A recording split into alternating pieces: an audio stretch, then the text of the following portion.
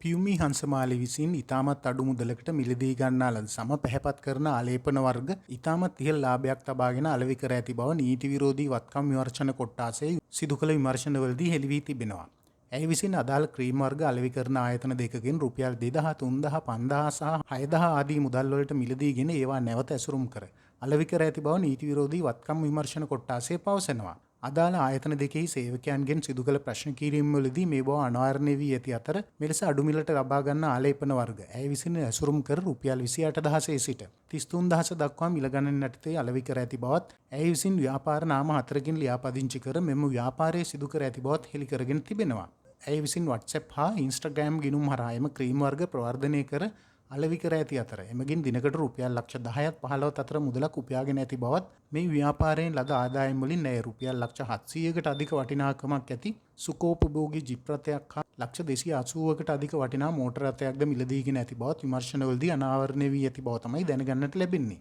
කෙසේ වෙතත් ඇය විසින් ශක්ත වශයෙන්ම මෙම ක්‍රීම් වර්ග අලෙවියෙන්ම මුදල් උපයාගෙන ඇති දයන්න පිළිබඳව තවදුරටත් විමර්ශන ක්‍රියාත්මක වෙනවා.